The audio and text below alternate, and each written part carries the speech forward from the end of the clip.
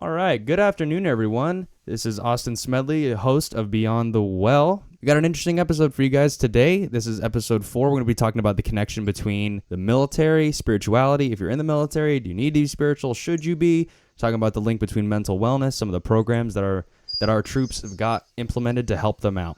And today I've got with me. Hello, everybody. I'm Private First Class Christian Villegas. I'm currently stationed in North Carolina, studying 0411 Maintenance Management. I appreciate you coming on, buddy. This is Christian Villegas. I've known him for the majority of my life. He's one of the people that help with my own spiritual development throughout my life, so I really appreciate you coming on. It's about time we've made this happen. Of course. Of course. Okay. So just to kind of get things rolling real quick. So I understand your spiritual viewpoints, but if you could sum up your spiritual beliefs in a sentence or two, I think I already have a pretty good idea, left-hand path and things like that. If you can go ahead and do that for us, that'd be great. Of course.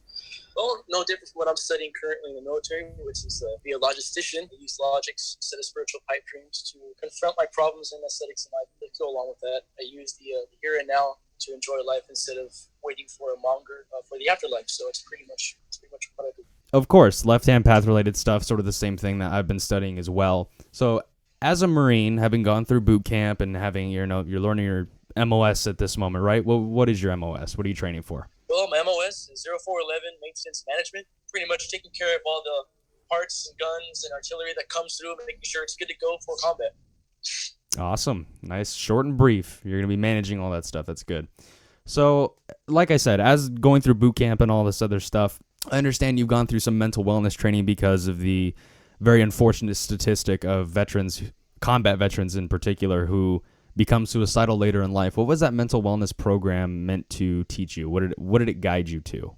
Well, it's funny that you say that because the officer that gave the class, and it was just one class, talked about how the Marine Corps is actually the highest faction in the military, the American military, with the highest suicide rates. And so along with that, encouraged us to go and partake in religious activities on Sundays in boot camp and even after boot camp. Being a prayer leader in boot camp, I would march my platoon on Sundays to the Catholic Church, the Christian Church, in my case Catholic. In doing so, the priest would often talk about how spiritual wellness is a benefactor and is an aesthetic that you need within the military, okay, along with physical wellness, mental wellness, and spiritual wellness, as they called it. And spiritual wellness is actually the most critical because it dwells within the back of the subconscious. So you can't really focus on your duties if you're not spiritually connected or logically connected within yourself. So that's why he encouraged a very strong spiritual connection. I can understand that absolutely. I mean, you and I have spoken at length about the connection between physical prowess and spiritual prowess, and that they go hand in hand. Would you agree with that? Would you disagree with that? I would very much agree with that. I have met a few Marines where they were very confused about who they were, their religions, and it would bother them. You could tell, they wouldn't be able to focus on their duties. They'd be very distracted, very irritated, and at certain points, undisciplined. So it does have an effect. It's kind of like when you're at work and you left the stove on at home, or you have to clean. Excuse me a second. Hey. Kind of like when you're at work and you left the stove on, or you get to work and you have a dirty house. It's always going to be in the back of your mind. You won't be able to focus on your work at hand, knowing that that's the back of your mind. You'll always be focusing on that, or going back and forth, correlating when you're going to get home, how you're going to get home, what are you going to do, how you're going to clean the house. So you focus better when that part of your subconscious is consolidated. But yeah, it kind of seems like it just boils down to the concept of distraction. If you are in the military, this very, very important system that every form of government, any successful one anyways, and even the ones that failed, it's just a necessary component of the society you live in. If you are in a position of power like that, it's pretty important to have all cylinders firing as well as they can. Make sure the machine's lubed as much as it can. Does it really boil down to just a matter of distraction in terms of spirituality and the connection it has to the military? I guess one could say the amount of distractions you have could either conquer your ability to handle your job, but for the most part, statistics show that when you have a pretty consolidated background in religion, whether it's Christianity or Buddhism, etc., it has a pretty profound effect on your ability to perform. And that's just statistics, as a matter of fact. In terms of discipline, there's a better outcome, and that's also, statistically speaking, The officers that we have here on base talk about that a lot. We have classes pretty much every day on spiritual, physical, and mental wellness, and how that correlates with physical as well. So you can't really work out if, again, your subconscious is being conflicted. Or you won't do the full workout. Even going on further, what time you go to bed, how you wake up, if you forget to set your alarm. It's being pre-planned and motivated to even get the job done, or to even pre-plan and get the job done ahead of time. So just like the military itself, military life, everything is very structured and very systematic. There's a time to do this, a time to do that, time to sleep, time to wake up. Is the spiritual component of military life that rigid and that structured as well? Well, in a lot of areas, in a lot of ways, yes, it is very structured. As a matter of fact, it is meant to be very structured, yes. But there are setbacks, unfortunately, that happen.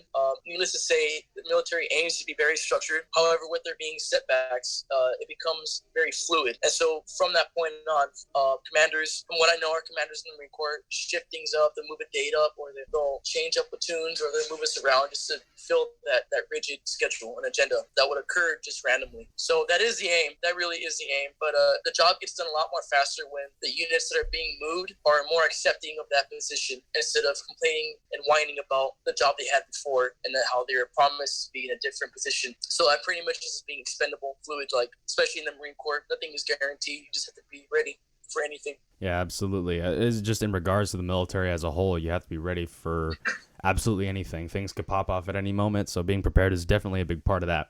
So you referenced a little while ago you were a prayer leader in boot camp, and so I'd just like you to define what exactly does it mean to be a prayer leader? What did you do for your guys? What did they do for you? And you mentioned that you were a prayer leader for the Catholic Church there at boot camp. Would you define yourself or classify yourself as Catholic?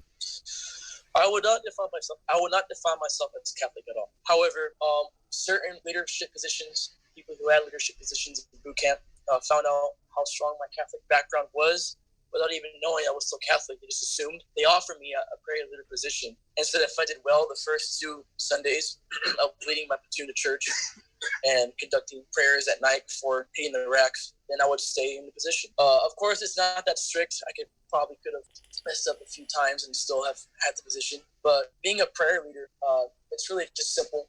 You would just march your platoon of those that want to go to church on Sundays to the Catholic Church, and then you were marching back.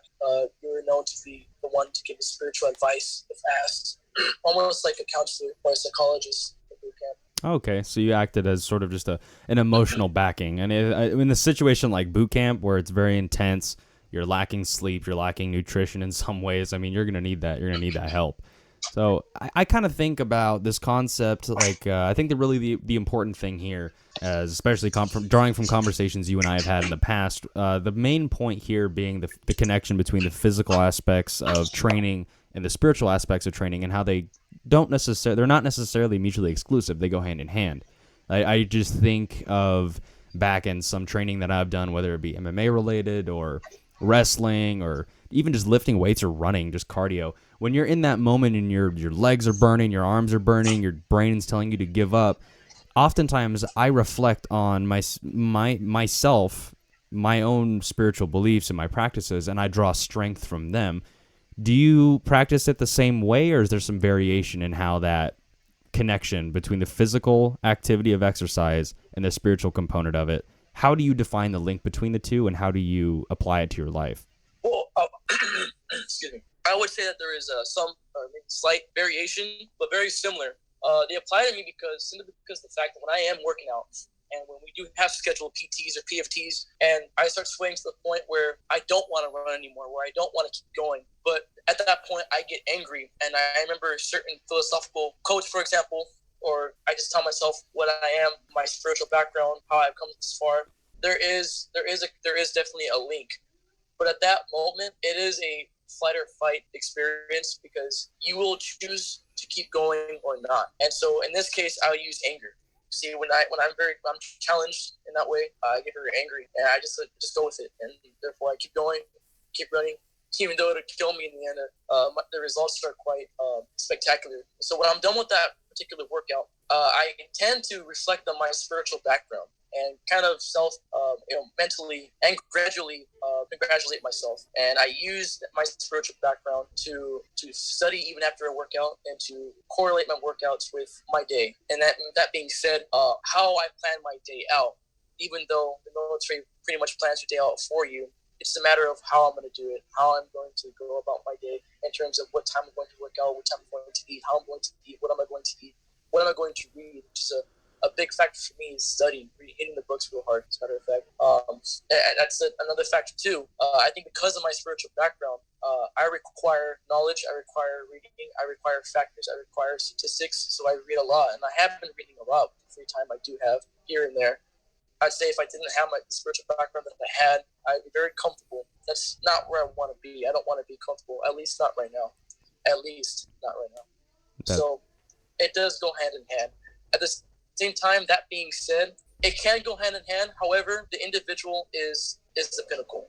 So if the individual is okay with being comfortable, for example, he won't use his or her spiritual background to back that up, to back that motivation. Or maybe you even have those individuals that where they just are like purely driven just by the anger itself, just to keep them working out and studying and focus. They may not need that much of a spiritual background, but it would benefit them to have it as well. So there is a variation in how people operate, but for the most part, a spiritual background is necessary. It's not a necessity. It's more than necessary. Okay, awesome. I like that. So you've referenced I understand where you're coming from. I understand your spiritual background, just all the experiences I've had with you and talking with you over the course of quite a few years. But just for those who don't know, if you could explain what your spiritual background is and what power you draw from it, because you've explained the power that you draw from it when you're in your workouts, or the freedom that your practices give you during, like, in the midst of a very structured life. I mean, like you said yourself, you're having your life structured for you, and your spiritual practices are almost act as a freedom within that structure. What is your spiritual background, just so people who don't know get a better idea of it?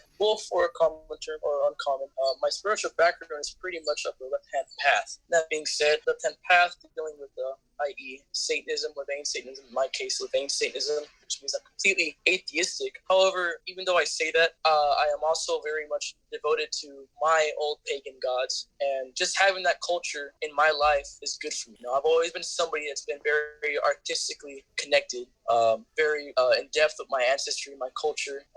Me being an artist, even having certain images around me while I work out or just throughout the day remind me of who I am and what I'm about. So that's pretty much what it comes down to. But yes, I am a Levain Satanism. I am a Levain Satanist. Absolutely. I try to I've given it. The first episode, the premiere episode of this show, actually was about Levain Satanism. I had Emmanuel Vargas, a good friend of mine, come in here. We rapped about that for a little while. And Levain Satanism, how I like to put it, is it's not so much a belief system or even it's a philosophy, but it's not really a religion, so to speak. It's not something you believe, it's what you are. And like, it's what you are. Exactly. A lot of Satanists, like most notably Anton LaVey and his daughter Zena, while she was still involved with the Church of Satan, she said herself that there are many Satanists who are living inside Christian churches. There are nuns who are Satanists. Right. There are Muslims who are Satanists. It's just a matter of how you live your life. Not what you believe, but how do you actually live. It's a matter of practice. It's a matter of principle that you apply every day in your life. And yeah, exactly. I see that in your character. And I can definitely see how being a Satanist and living for the here and now, that within itself is indicative of taking care of yourself physically, taking care of yourself mentally. Are those aspects of the Levain Satanistic philosophy important in military life? Yes, very much so. I haven't met any Levain Satanists yet, so to speak. However, I will say for myself that because I am the way I am, I have to be very structured, being logistical, and yet I am also very artistical as well. So in being in that category, it's a redefining case for me to identify with a power or even an icon of such logic and light to logic, and yet such artistry. The adversary, I've always seen the adversary as an icon of artistry, classical romance and strength, logical strength. But the main one for me would be carnal instinct, carnal strength. You see, this is where I most reside in. I've never been one to reside my strength in spiritual pipe dreams, and that's just me. So me being the mathematician that I try to be, or the logistician that I try to be, it goes hand in hand with becoming stronger. And I'm not going to do it by kneeling and praying about it. Yeah. So I do what I can to make myself physically stronger. And for spiritually, my spirituality is what I see around me, what I enjoy. The artistry that I make, the things that I say, the words that I speak, I enjoy them every day. What I say, I enjoy every day. How I speak, I enjoy it. How I live, I enjoy it. I try to make it a point every day to enjoy it, and I do. And the more I do that, and the more I practice it, I become more toned. I improve every day. That's great. I mean, that's kind of the central part of the philosophy is improvement every single day. And that kind of ties into the Operation Werewolf thing. Within the next few weeks, I'm hoping to get Paul Wagner on here as well. I'd love to hear from him and his perspective on that. I know you being in an environment that pushes you to your physical limits, whether it be through boot camp or even just training for your MOS, you got pushed to your physical and mental limits. Now you're getting pushed to your intellectual limits. The philosophy of Satanism, that carnal philosophy of responsibility for the responsible, you mentioned the passage about spiritual pipe dreams. How would you define a spiritual pipe dream, and how do you live knowing you aren't living in a spiritual pipe dream or are being afflicted by that in any way? See, being the way that I am, of how it doesn't do me well to hope for things that I know I may or may not have. Instead, I just make a list and I provide for myself what I can and what I'm able to do. Even if I can't, I still try. So, having some issues hearing you. So if you're talking right now, you're going to have to restate. In regard to spiritual pipe dreams, a passage that you've mentioned, it's a pretty critical component of the satanic philosophy.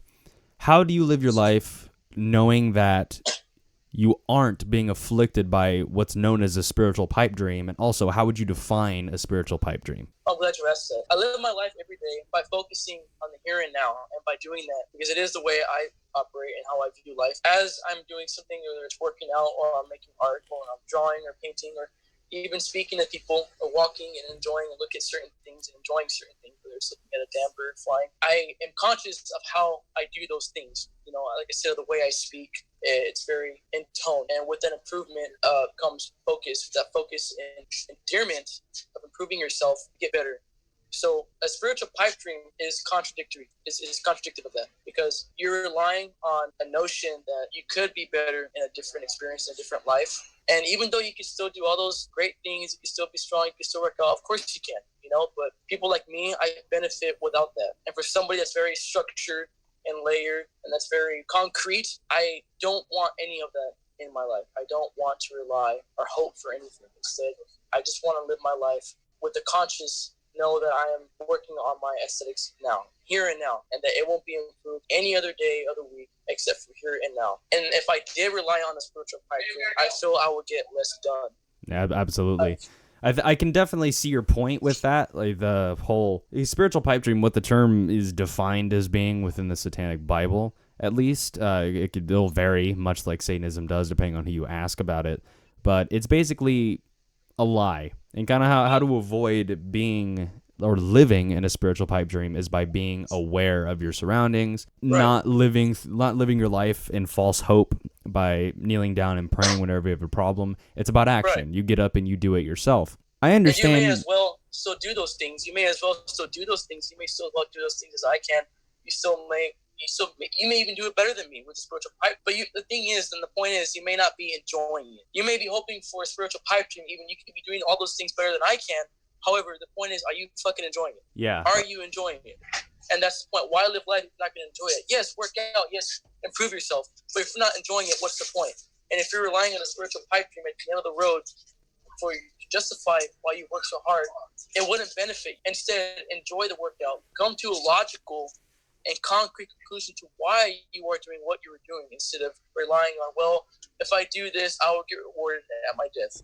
Even if that may be so, I think it's destructive. And ultimately boils down to just a form of spiritual awareness, just being aware of your surroundings, being aware of yourself. And in order to be aware of yourself, you really have to know yourself. And a lot of people don't actually really take the time to look into it and understand and learn who they are. So kind of with that, the predominant religion in the United States is by far Abrahamic faiths, especially under the Christian or Catholic banner, mostly Christian, right. Is, at least from your experience, I'm sure statistically it'll go one way or the other across the country, but in your experience in boot camp and where you're stationed now, are there predominantly Christians around you? Would you say that's accurate?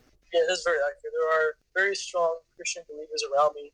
However, even though they are very strong Christians, there are a lot of NJPs around the last week, so to say.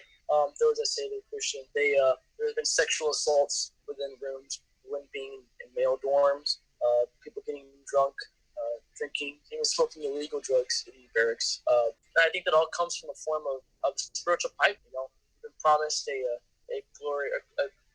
glorified faction of the military, the Marine Corps, and I think a lot of us expected something different, and we got a lot of us sort of we didn't get what we wanted. So they can't release that anger.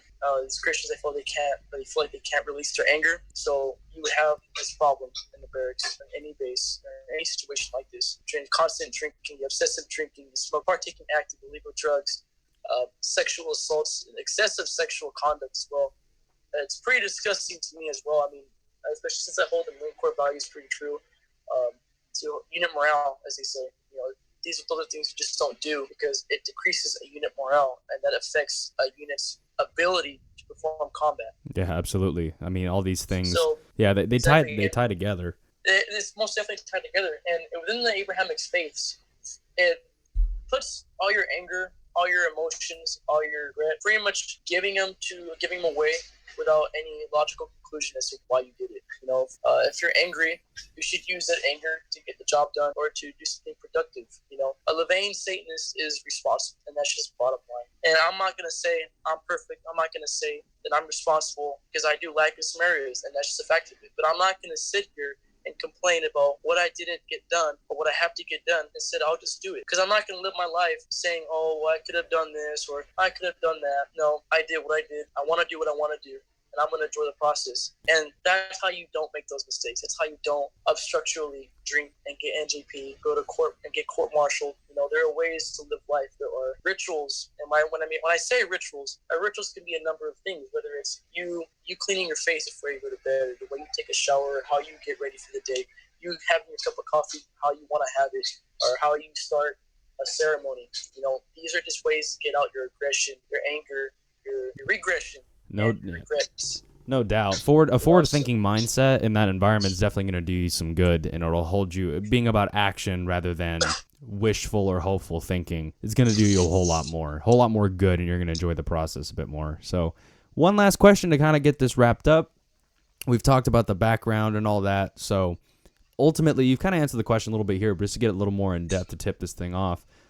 Being that the majority of people in the military are Christians, and you've explained some of the nefarious actions that human beings are fallible to, it happens to a lot of people regardless of what religion you come from, why ultimately decide as a Satanist, a self-professed Satanist, or someone along a part of the LHP, left-hand path, why did you reject the Christian beliefs of the people around you in favor for your belief system? What benefit do you feel you get from it? Well, I'm not opposed to Christianity. However, for myself, I reject it.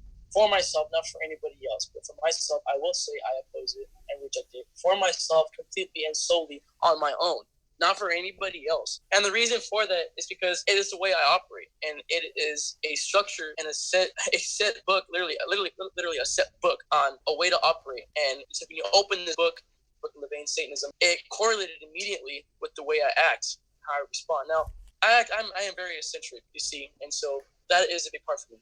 Me being eccentric has a lot to do with how you go about the day. And being a part of a contradictory philosophy, such as a tame emotion, a tame carnal spirit, I think is damaging. If you tame your carnal instincts, how will you ever improve? Honestly, how will you ever improve? You could improve, like I said, but you're not going to enjoy it, nor are you going to understand why you're improving. Yes, precisely. Living in the here and now. Said, yes.